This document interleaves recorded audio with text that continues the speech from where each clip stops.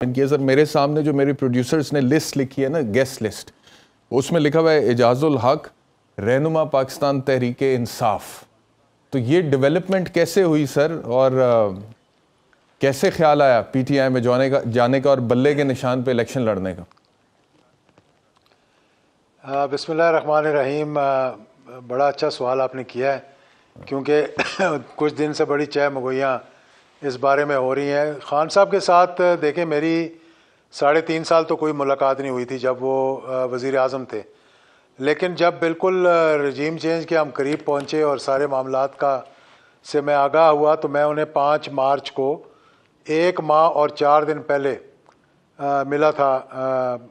रजीम change होने से पहले 1 माह और 4 दिन पहले। तो उस वक्त भी ख़ान साहब ने मुझे कहा था कि यार तुम मेरे साथ आ जाओ, लेकिन मैं उस वक्त, क्योंकि वो हुकूमत में थे, मैं उनके साथ शामिल नहीं हुआ, और ना ही मेरा उस वक्त कोई अपना वेस्टेड इंटरेस्ट था, ना मेरा अब कोई वेस्टेड इंटरेस्ट है। कोई ओहदा नहीं, कोई कुछ और चीज़ नहीं, जो कि मुल्क के हालात हैं इस वक्त देखें।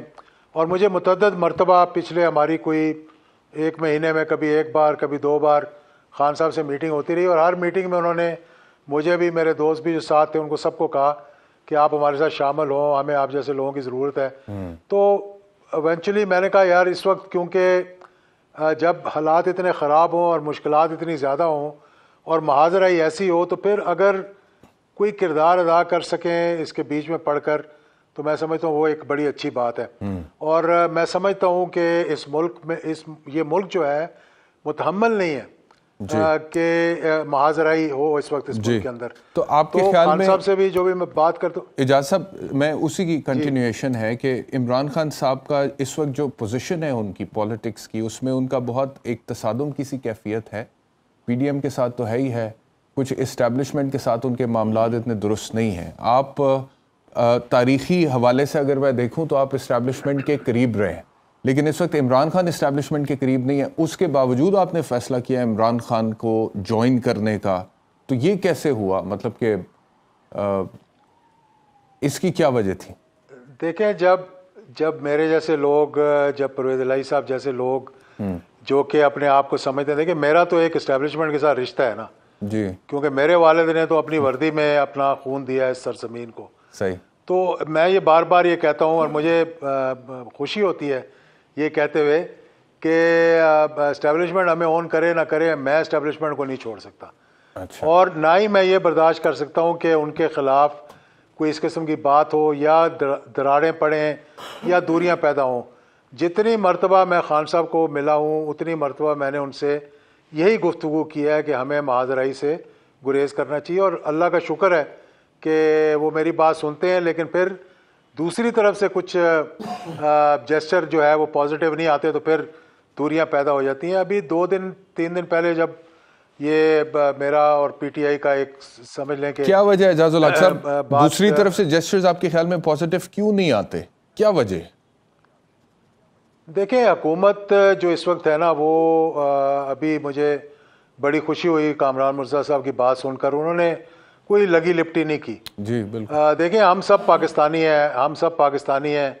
पाकिस्तान को कोई नुकसान होता है, हम सब का नुकसान होता है। मैंने 5-6 मरतबा कौमी असम्बली का मेंबर रह चुका हूँ, वज़ीर रह चुका हूँ। मैंने इस मुल्क की भाग दौड़ को बहुत करीब से देखा, यानी अरूज जो है उसके दौरान भी देखा। लेकिन अल्लाह का शुक्र है कि हम बड़ा हम्बली हम रहे हैं। लेकिन देखिए, इस वक्त जो किसी न किसी को कोई ना कोई किरदार अदा करना पड़ेगा। मैं कमर ज़मान कायरा, पीपल्स पार्टी से उनका ताल्लुक है, मुझे बड़ी खुशी हुई, मैंने उनकी गुफ्तगू सुन रहा था। उन्होंने कहा कि कोशिश करेंगे, भी कहा है, कोशिश करेंगे, मैं कोशिश कर रहा हूं एस्टैब्लिशमेंट और खान साहब के माबैन फासले कम हो।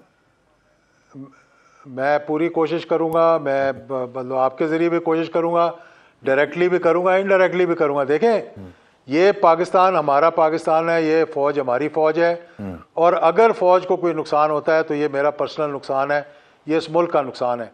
देखें, 5th जनरेशन वॉरफेयर में तो ये है ही कि अदारों में और अवाम में दूरियां पैदा करें, और इस महाजराई से किसी को कोई फ़ायदा नहीं होगा। कल परसों आपने देखा कि कुछ साबिक आर्मी चीफ्स की तस्वीरें एक प्रोटेस्ट के अंदर लंदन के अंदर उन्होंने उसको एक बुरे अंदाज में दिखाया मैंने वहाँ उनको टेलीफोन किया, मैंने कहा ये कौन लोग थे? उन्होंने कहा यार ये हमारे लोग नहीं थे, ये किसी ने इनको प्लांट किया था यहाँ पे, उसने वीलॉग किया, मैं आपको वो मतलब एक वीडियो पैगाम दिया कि ये हमारे लोग नहीं थे, किसी ने इनको प्लांट किया है ताकि इस्टेब्लिशमेंट को दिखाया जाए कि जनाब देखें ये पीटीआई वाले लोग जो है वो इस तरह से कर रहे हैं। तो खान साहब ने भी परसों मेरी मुलाकात के बाद मैंने उनसे कहा था कि ये आप जो जो जो गुफ्तगू है इसको ज़रा ऐसे तरीके से करें, ऐसे अंदाज से करें कि दूरियां जो हैं वो कुर्बतों में।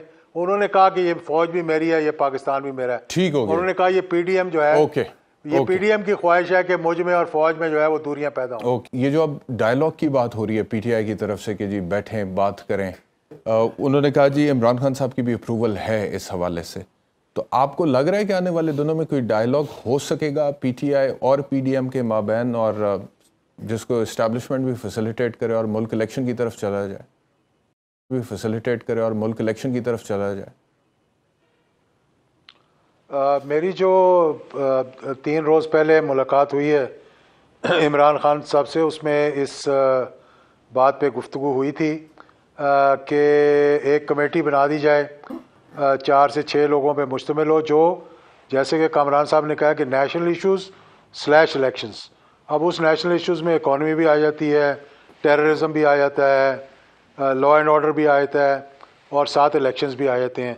आज कमर ज़मान कायरा साहब ने कहा राना सनाउल्लाह को की रेफरेंस देते हुए कि उन्होंने भी कह दिया कि 2 महीने आगे 2 महीने पीछे हो जाएं, कोई बात नहीं, हम बात करने के लिए तैयार हैं। मुझे उम्मीद है कि खान साहब जो है वो एक कमेटी भी जल्द अनाउंस कर देंगे कि ये कमेटी हमारी किसी के साथ भी बैठकर बातचीत करने के लिए तैयार है। मैंने तो सिंपल हल बताया था, और वो ये था कि जितने मेंबर कौमी असम्बली के जो एमएनएज हैं जो डी नोटिफाई हो गए हैं बाय द कोर्ट्स, उनको दावत दे दे हुकूमत कि आएँ, और वज़ीर आज़म ख़ुद खड़े होकर दावत दे दें कि आएँ आप असम्बली के अंदर बैठें और हम तमाम आउटस्टैंडिंग इश्यूज़ पे बात करते हैं, बजाय इसके कि आप बार्स के थ्रू जाएं और किसी के थ्रू जाएं। आप डायरेक्ट बैठें वहाँ पार्लियामेंट के अंदर और बैठकर बात करें, और मेरा ख़्याल है कि ये एक सबसे बेहतरीन हल है। लेकिन पीएमएलएन ये समझती है, और ये उसका इजहार भी उन्होंने किया मुझसे, कि अगर हमने ये किया तो ये वहाँ जाके सबोटाज करेंगे, ये कौमी असम्बली को भी तोड़ने की कोशिश करेंगे। मेरा नहीं ख्याल कि वो अंदर जाकर कौमी असम्बली को तोड़ने की कोशिश करेंगे। अलबत्ता इलेक्शंस पे, आउटस्टैंडिंग इश्यूज़ पे अगर पार्लियामेंट के अंदर बात होगी तो उसका एक अंदरूने मुल्क भी और बैरून मुल्क भी बहुत अच्छा पैगाम जाएगा। तो मेरे ख्याल में अब वक्त आ गया। देखें, बहुत मुहाजराई हो गई, बहुत नुकसान हो गया, बहुत आंसू गैस इस्तेमाल हो गई, बहुत से ऐसे हमने ऑप्टिक्स सारी दुनिया को दिखा दिए, इंटरनेशनल चैनल्स के ऊपर हमने पाकिस्तान का कोई अच्छा इमेज नहीं दिया। ज़ल्मे खलीलज़ाद ने बयान दे दिया, अक़वाम मुत्तहिदा ने कह दिया कि, और ह्यूमन राइट्स को भी ये लिख रहे हैं पीटीआई वाले के देखें क्या हालात बनाए हैं यहाँ पर।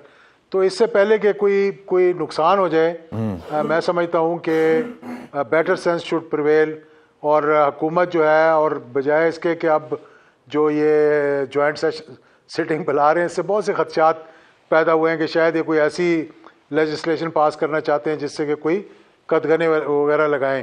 लेकिन मेरा ख्याल है माहौल को साजगार करना